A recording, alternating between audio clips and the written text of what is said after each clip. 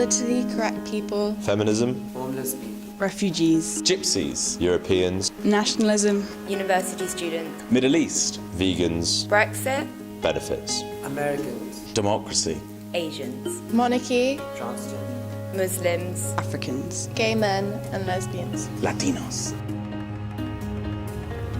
The film you're about to watch is a production put together by 7 politics students about the effects of political correctness on our day-to-day. We want to shine a light on the effects of political correctness in London and on campuses. Now, to highlight this, we created an online anonymous survey collecting demographic information such as age, gender and political leaning, whilst also presenting questions about how people felt about political correctness and how these subjects affect our day-to-day and who we speak to about them. And finally, we want to see if political correctness has affected them in the workplace, at home, or in academia. We then took this information, collected some of the best responses that we received from the buzzwords that you heard at the beginning of this film, and asked members of the public to react to some of the more controversial ones, whilst keeping political correctness in mind. After that, we interviewed other members of the public and asked them how political correctness affects them in their everyday life. And finally, we interviewed each other and asked us how we felt the process had affected us and how we then felt about political correctness overall. So for the purpose of this exercise, we took a definition of political correctness, which is the avoidance of forms of expression or action perceived to exclude, marginalise or insult groups of people who are socially disadvantaged or discriminated against.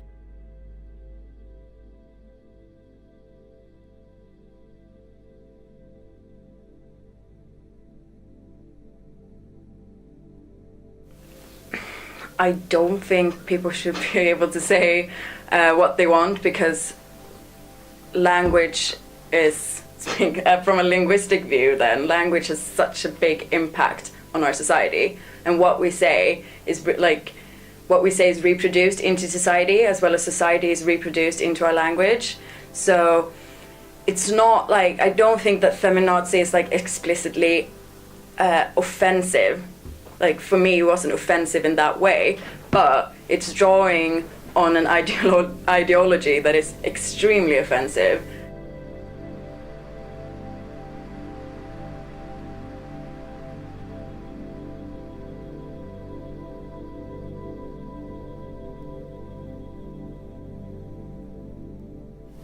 From what I'm studying at the moment in world politics is largely based on terrorism, and that's something you have to be extremely accurate in social situations, in psychological situations, specifically this situation here, number 98, with Kashmir. I don't even want to say it actually. You should be able to say whatever you feel like saying. It doesn't matter if you're one person in a room full of 99 other people and 99 people share that opinion. You should be able to say what you want to say, no matter where you're from, how old you are, gender, whatever.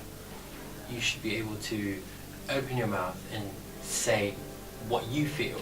Not is necessarily right, but what you feel like you want to say. Because sometimes I feel like whatever I want to say, I should be able to say it, whether it's right or wrong, because we live in a democracy at the end of the day.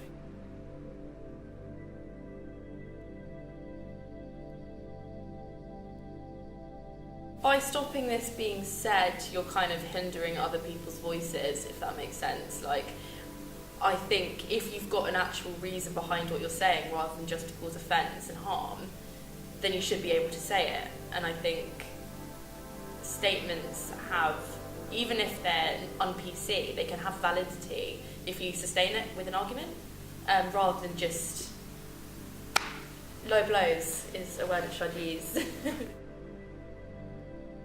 Survey responses show that people are afraid of talking about the things that are considered un-PC because they fear being labelled as uneducated, they're feared that people will judge them, and they also fear that they might lose their job.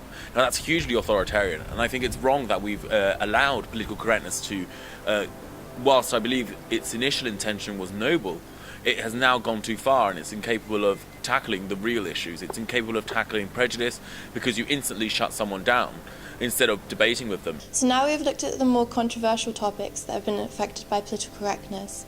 We're going to look at political correctness itself.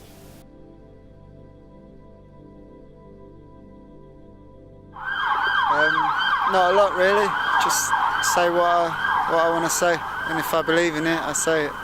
I think it's something that should be brought up, and I think it's something that should be talked about. And I don't like when people say it's gone too far, because I don't think it has. I think it's just talking about things that offend you, and I think everyone's got a right to voice that opinion. So I think people that say political correctness has gone too far are just being just excusing themselves for saying something offensive. If it's going to offend someone, then just don't say it. That's what I think, anyway.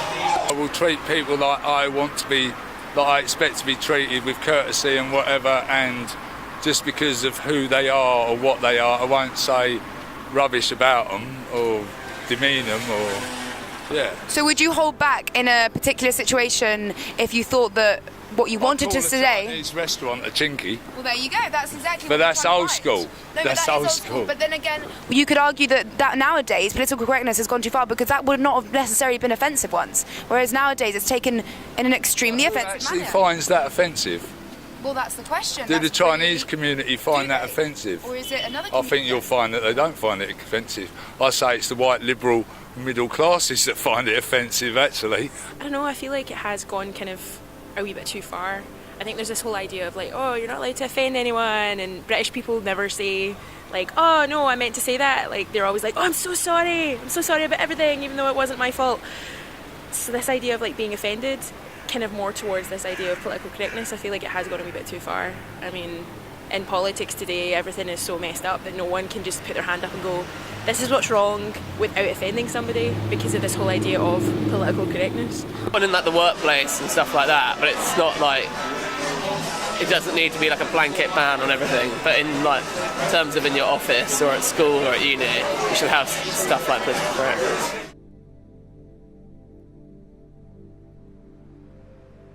Yeah, at work we had this weird older bloke who always used to say really inappropriate things about girls, and so we had to tell him about what he was doing was wrong. Did you tell him? Yeah, we all told him, because he was being really pervy. What did he say? He was like, this is political correctness gone mad. I think I'm expected a certain level of customer service, and I don't act how I am right now when I'm behind the bar, because there are certain things that I would say that I'm not able to say when I'm in that role. I need to change my vocabulary and my behaviour because of that. I suppose that is kind of a good thing, because there are times where I would like to be really rude to someone and I suppose offensive, and maybe it's a good thing that I don't get to do that. If I do have something that's very outspoken, I tend to keep it to myself. So I guess maybe that is the way it hasn't affected me. Yeah.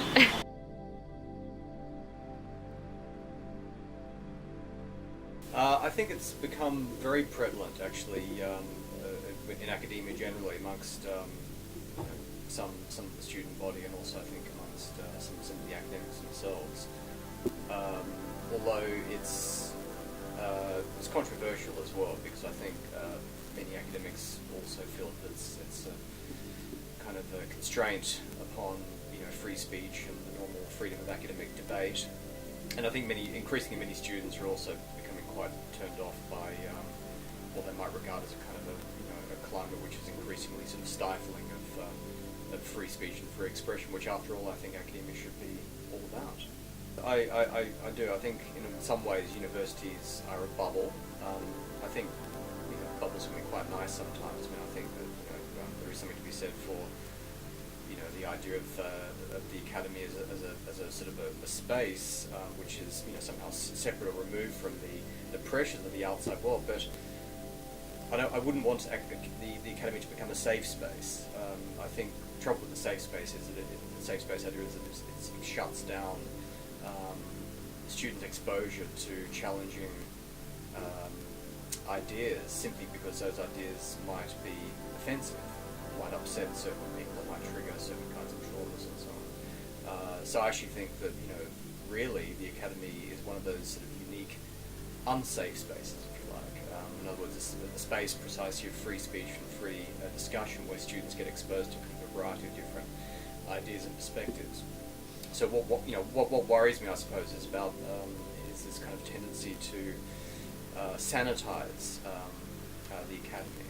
And I think in a way this is actually creating a sort of a very dangerous and very adverse reaction in the so-called outside world, which we're seeing now with the politics of Trump and the kind of resurgence of right-wing populism, which in some ways is kind of a reaction to political correctness. After all, Donald Trump did say that his, when he was running for president, he said that we can't afford to be politically correct. He kind of based his whole campaign in some ways upon the rejection of political correctness, which is very sort of prevalent in many of the campuses in the United States.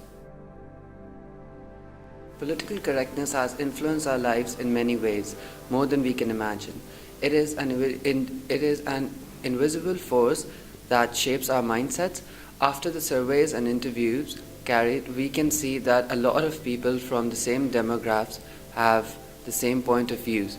The main thing that I kept coming back to was John Stuart Mill's interpretation of like a self-regulating society, and when a harm is caused to a person that is not grievous or impinging on their liberty, society self-regulates between itself rather than government intervention, and I feel like political correctness is like the very essence of that self-regulation.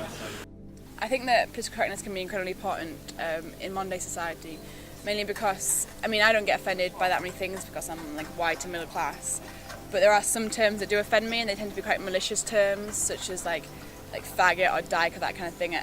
But I think in some cases what is worse is when the term is more ignorant and ignoring of people's identities. Political correctness in today's world, especially in university, I found has been very sort of negative, really, because there's this fear of upsetting people that has led to this place which I particularly imagine university being a place of open speech and everyone sort of challenging each other on a daily basis. There's a lot of people playing devil's advocate and things like that, and I feel like people are too fearful to do that in the need to not offend.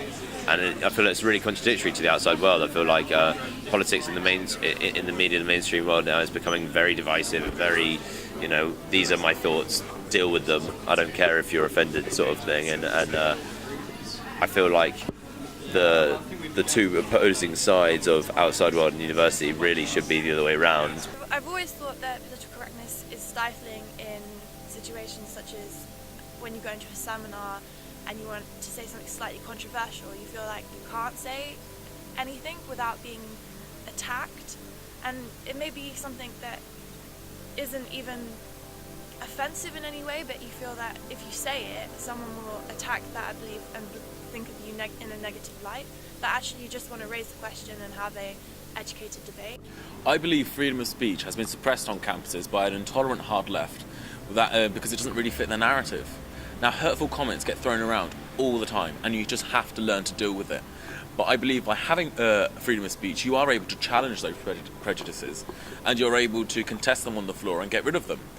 The inclusion of minorities has often made the majority feel excluded, but I think this is more, the spotlight should be shown more on why the majorities feel excluded by the inclusion of minorities. And this debate should really, although it should be free-flowing, I think that just common decency should be in political correctness. I also think it's hugely patronising that students feel the need to no platform and ban speakers because they might, as if BME people just cannot speak for themselves. Now, I think it's colonial and it's authoritarian. Political correctness is completely necessary. I think after looking at the theory side of it, people need some protection, especially marginalised groups. They need some form of protection from people who will just use hate speech. Well, when I first started this module, I was a complete advocate for freedom of speech. I still am. I understand consideration is really important when speaking to other people, but I do believe extreme or political correctness generally impedes on freedom of speech, especially in places like seminars where that shouldn't, in my opinion, be coerced. So I think that it gets in the way personally.